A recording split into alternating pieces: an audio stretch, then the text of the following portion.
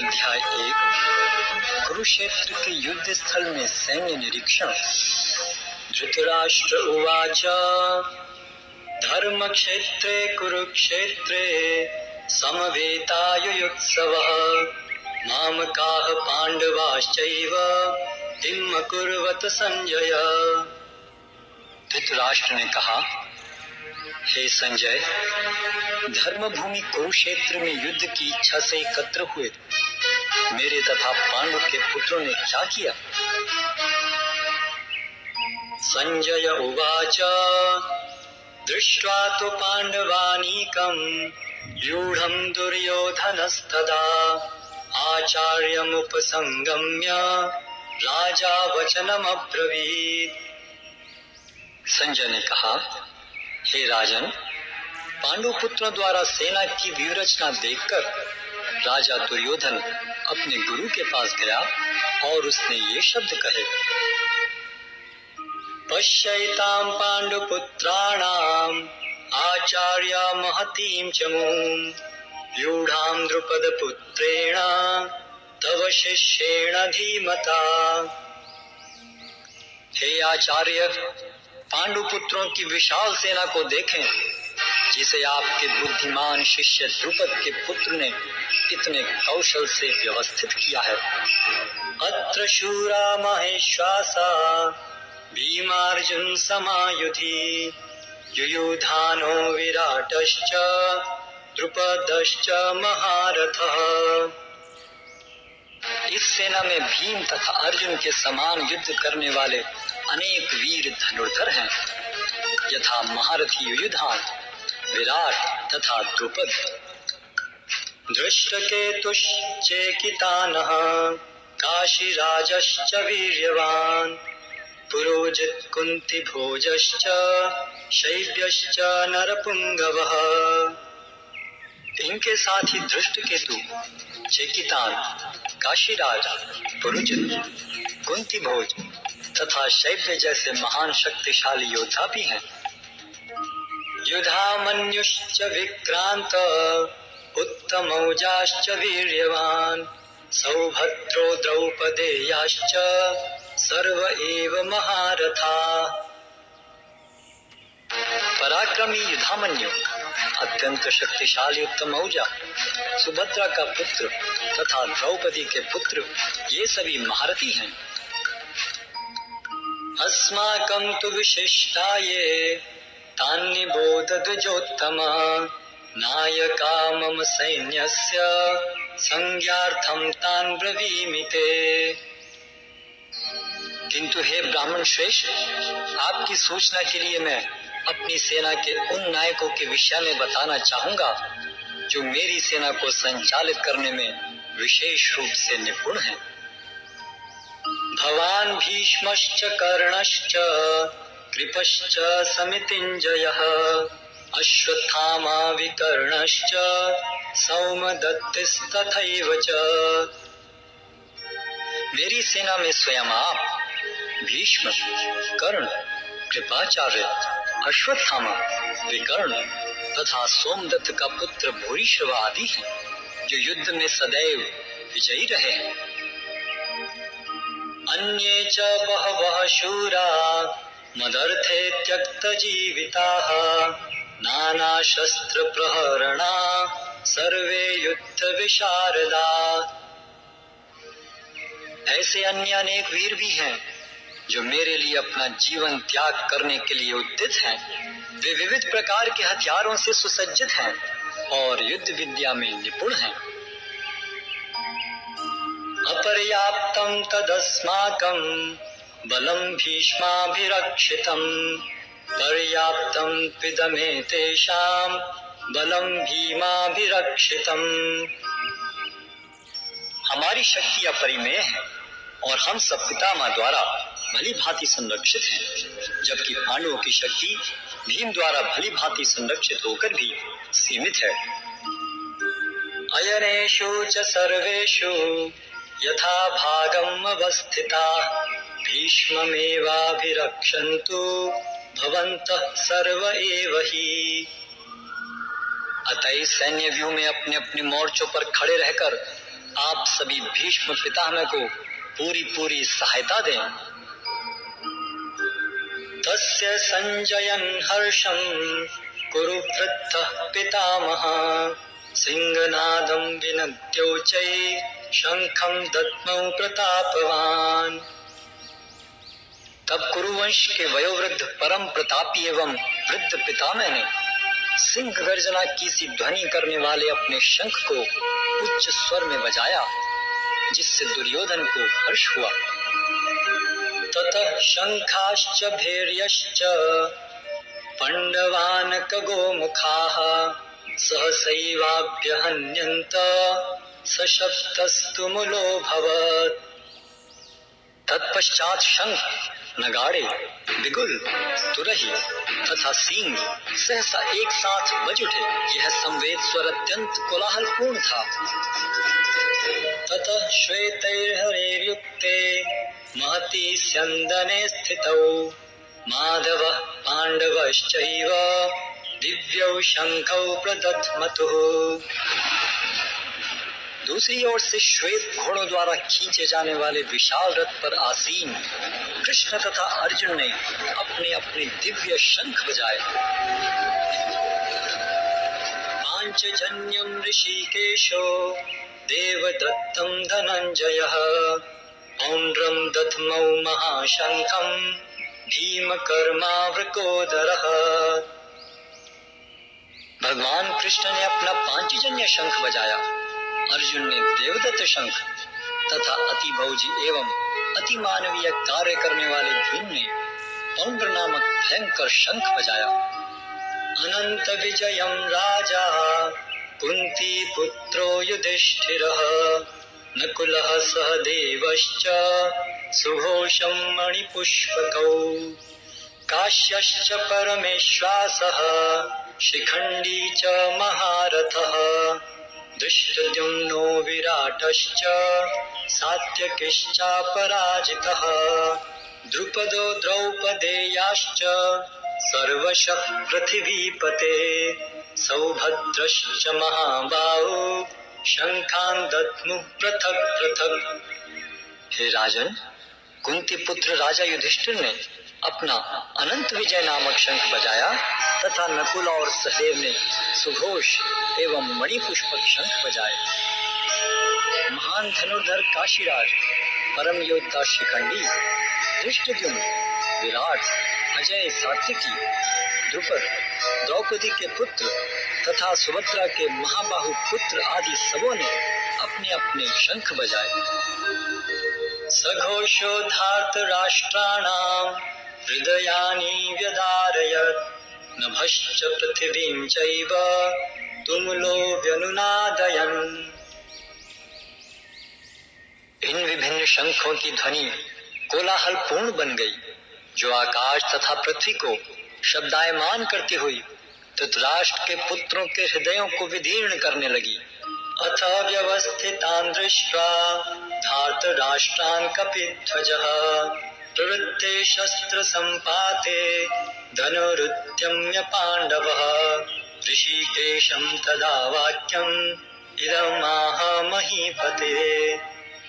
उस समय हनुमान से अंकित ध्वजा लगे रथ पर आसीन पांडु पुत्र अर्जुन अपना धनुष उठाकर तीर चलाने के लिए उद्यत हुआ। हे राजन, धृतराष्ट्र के पुत्रों को व्यूह में खड़ा देखकर अर्जुन ने श्री कृष्ण से ये वचन कहे। अर्जुन उवाच सेनयोरुभयोर्मध्ये रथं स्थापयम्यच्युत यावदित्तान् निरीक्षेऽहं योद्धुं कामान् व्यवस्थितान् कैर्मया सह योद्धव्यम् अस्मिन् रणसमुद्यमे। अर्जुन ने कहा, हे अच्युत, कृपा करके मेरा रथ दोनों सेनाओं के बीच ले चलें, जिससे मैं यहाँ उपस्थित युद्ध की अभिलाषा रखने वालों को और शस्त्रों की इस महान परीक्षा में जिनसे मुझे संघर्ष करना है उन्हें देख सकूं। योत्स्यमानानवेक्षेऽहं य एते यत्र समागताः धार्तराष्ट्रस्य दुर्बुद्धेः युद्धे प्रिय चिकीर्षवः। मुझे उन लोगों को देखने दीजिए जो यहाँ पर धृतराष्ट्र के दुर्बुद्धि पुत्र को प्रसन्न करने की इच्छा से लड़ने के लिए आए हुए हैं। संजय उवाच एवमुक्तो ऋषिकेशो गुडाकेशेन भारत सेनयोरुभयोर्मध्ये स्थापयित्वा रथोत्तमम्। संजय ने कहा, हे भरतवंशी, अर्जुन द्वारा इस प्रकार संबोधित किए जाने पर भगवान कृष्ण ने दोनों दलों के बीच में उस उत्तम रथ को लाकर खड़ा कर दिया। भीष्म द्रोण प्रमुखतः सर्वेषां च महीक्षितान् उवाच पार्थ पश्यैतान् समवेतान् कुरुनिति। भीष्म, द्रोण तथा विश्व भर के अन्य समस्त राजाओं के सामने भगवान ने कहा कि हे पार्थ, यहाँ पर एकत्र सारे कुरुओं को देखो। तत्रापश्यत् स्थितान् पार्थः पितॄन् पितामहान् आचार्यान् मातुलान् भ्रातॄन् पुत्रान् पौत्रान् सखींस्तथा श्वशुरान् सुहृदश्चैव सेनयोरुभयोरपि। अर्जुन ने वहां पर दोनों पक्षों की सेनाओं के मध्य में अपने चाचा ताऊओं, पितामहों, गुरुओं, मामाओं, भाइयों, पुत्रों, पौत्रों, मित्रों, ससुरों और शुभ चिंतकों को भी देखा। तान् समीक्ष्य स कौन्तेयः सर्वान् बन्धून् अवस्थितान् कृपया परयाविष्टो विषीदन्निदमब्रवीत्। जब कुंती पुत्र अर्जुन ने मित्रों तथा संबंधियों की इन विभिन्न श्रेणियों को देखा तो वह करुणा से अभिभूत हो गया और इस प्रकार बोला। अर्जुन उवाच दृष्ट्वेमं स्वजनं कृष्ण युयुत्सुं समुपस्थितं सीदन्ति मम गात्राणि मुखं च परिशुष्यति। अर्जुन ने कहा, हे कृष्ण, इस प्रकार युद्ध की इच्छा रखने वाले अपने मित्रों तथा संबंधियों को अपने समक्ष उपस्थित देखकर मेरे शरीर के अंग कांप रहे हैं और मेरा मुंह सूखा जा रहा है। वेपथुश्च शरीरे में रोमहर्षश्च जायते गांडीवं संसते हस्तात् त्वच्चैव परिदह्यते। मेरा सारा शरीर कांप रहा है, मेरे रोंगटे खड़े हो रहे हैं, मेरा गांडीव धनुष मेरे हाथ से सरक रहा है और मेरी त्वचा जल रही है। न च शक्नोम्यवस्थातुं भ्रमतीव च मे मनः निमित्तानि च पश्यामि विपरीतानि केशव। मैं यहाँ और अधिक खड़ा रहने में असमर्थ हूँ, मैं अपने को भूल रहा हूँ और मेरा सिर चकरा रहा है। हे कृष्ण, मुझे तो केवल अमंगल के कारण दिख रहे हैं। न च श्रेयोन पश्यामि हत्वा स्वजनमाहवे न कांक्षे विजयं कृष्ण न च राज्यं सुखानि च। हे कृष्ण, इस युद्ध में अपने ही स्वजनों का वध करने से न तो मुझे कोई अच्छाई दिखती है और न मैं उससे किसी प्रकार की विजय, राज्य या सुख की इच्छा रखता हूँ। किं नो राज्येन गोविंद किं भोगैर्जीवितेन वा येषामर्थे कांक्षितं नो राज्यं भोगः सुखानि च। तैमेव स्थिता युद्धे प्राणांस् त्यक्त्वा धनानि च आचार्यः पितरः पुत्रास् तथैव च पितामहाः मातुलः श्वशुरा पौत्रा शाला संबंधिनस्तथा एतान् हन्तुमिच्छामि नतोऽपि मधुसूदन। अपि त्रैलोक्य राज्यस्य एतो किं नु मही कृते निहत्य धार्तराष्ट्रान्नः का प्रीति स्यात् जनार्दन। हे गोविंद, हमें राज्य, सुख अथवा इस जीवन से क्या लाभ, क्योंकि जिन सारे लोगों के लिए हम उन्हें चाहते हैं वे ही इस युद्ध भूमि में खड़े हैं। हे मधुसूदन, जब गुरुजन, पितृगण, पुत्रगण, पितामह, मामा, ससुर, पौत्रगण, साले तथा अन्य सारे संबंधी अपना अपना धन एवं प्राण देने के लिए तत्पर हैं और मेरे समक्ष खड़े हैं, तो फिर मैं इन सबको क्यों मारना चाहूंगा, भले ही वे मुझे क्यों न मार डालें।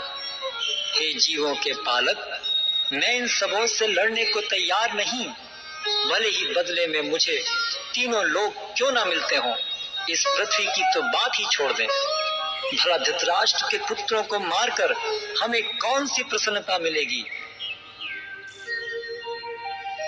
पापमेवाश्रयेदस्मान् हत्वैतानाततायिनः तस्मान्नार्हा वयं हन्तुं धार्तराष्ट्रान् स्वबान्धवान् स्वजनं हि कथं हत्वा सुखिनः स्याम माधव। यदि हम ऐसे आतताइयों का वध करते हैं तो हम पर पाप चढ़ेगा, अतः यह उचित नहीं होगा कि हम धृतराष्ट्र के पुत्रों तथा उनके मित्रों का वध करें। हे लक्ष्मीपति कृष्ण, इससे हमें क्या लाभ होगा और अपने ही कुटुंबियों को मारकर हम किस प्रकार सुखी हो सकते हैं। यद्यप्येते न पश्यन्ति लोभो अपहत चेतसः कुलक्षय कृतं दोषं मित्रद्रोहे च पातकम् कथं न ज्ञेयम् अस्माभिः पापादस्मान् निवर्तितुम् कुलक्षये कृतं दोषं प्रपश्यद्भिर्जनार्दन। हे जनार्दन, यद्यपि लोभ से अभिभूत चित्त वाले ये लोग अपने परिवार को मारने या अपने मित्रों से द्रोह करने में कोई दोष नहीं देखते, किंतु हम लोग जो परिवार के विनष्ट करने में अपराध देख सकते हैं, ऐसे पाप कर्मों में क्यों प्रवृत्त हों। कुलक्षये प्रणश्यन्ति कुलधर्मा सनातना धर्मे नष्टे कुलं कृत्स्नम् अधर्मो अभिभवत्युत। कुल का नाश होने पर सनातन कुल परंपरा नष्ट हो जाती है और इस तरह शेष कुल भी अधर्म में प्रवृत्त हो जाता है। अधर्माभिभवात् कृष्ण प्रदुष्यन्ति कुल स्त्रियः त्रिषु दुष्टासु वार्ष्णेया जायते वर्ण संकरः। हे कृष्ण, जब कुल में अधर्म प्रमुख हो जाता है तो कुल की स्त्रियां दूषित हो जाती हैं और स्त्रीत्व के पतन से हे वृष्णिवंशी अवांछित संतानें उत्पन्न होती हैं। संकरो नरकायैव कुलघ्नानां कुलस्य च पतन्ति पितरो येषां लुप्तपिण्डोदकक्रियः। अवांछित संतानों की वृद्धि से निश्चय ही परिवार के लिए तथा पारिवारिक परंपरा को विनष्ट करने वालों के लिए नारकीय जीवन उत्पन्न होता है। ऐसे पतित कुलों के पुरखे गिर जाते हैं क्योंकि उन्हें जल तथा पिंड दान देने की क्रियाएं समाप्त हो जाती हैं। दोषैरेतै कुलघ्नानां वर्ण संकर कारकै उत्सादन्ते जाति धर्मा कुल धर्माश्च शाश्वताः। जो लोग कुल परंपरा को विनष्ट करते हैं और इस तरह वांछित संतानों को जन्म देते हैं, उनके दुष्कर्मों से समस्त प्रकार की सामुदायिक योजनाएं तथा पारिवारिक कल्याण कार्य विनष्ट हो जाते हैं। उत्सन्न कुल धर्माणां मनुष्याणां जनार्दन नरके नियतं वासो भवतीत्यनुशुश्रुमा। हे प्रजापालक कृष्ण, मैंने गुरु परंपरा से सुना है कि जो लोग कुल धर्म का विनाश करते हैं वे सदैव नरक में वास करते हैं। अहो बत महत् पापम कर्तुं व्यवसिता वयं यद्राज्य सुख लोभेन हन्तुं स्वजनमुद्यता। ओह, कितने आश्चर्य की बात है कि हम सब जघन्य पाप कर्म करने के लिए उद्यत हो रहे हैं। राज्य सुख भोगने की इच्छा से प्रेरित होकर हम अपनी ही संबंधियों को मारने पर तुले हैं। यदि माम प्रतीकारं शस्त्रं शस्त्रपाणयः धार्तराष्ट्रारणे हन्यो तन्मे क्षेमतरं भवेत्। यदि शस्त्रधारी धृतराष्ट्र के पुत्र मुझ निहत्थे तथा रणभूमि में प्रतिरोध न करने वाले को मारें तो यह मेरे लिए श्रेयस्कर होगा। संजय उवाच एवमुक्त्वार्जुन संख्ये रथोपस्थ उपाविशत् विसृज्य सशरं चापं शोक संविघ्न मानसः। संजय ने कहा, युद्ध भूमि में इस प्रकार कहकर अर्जुन ने अपना धनुष तथा बाण एक और रख दिया और शोक संतप्त चित्त से रथ के आसन पर बैठ गया।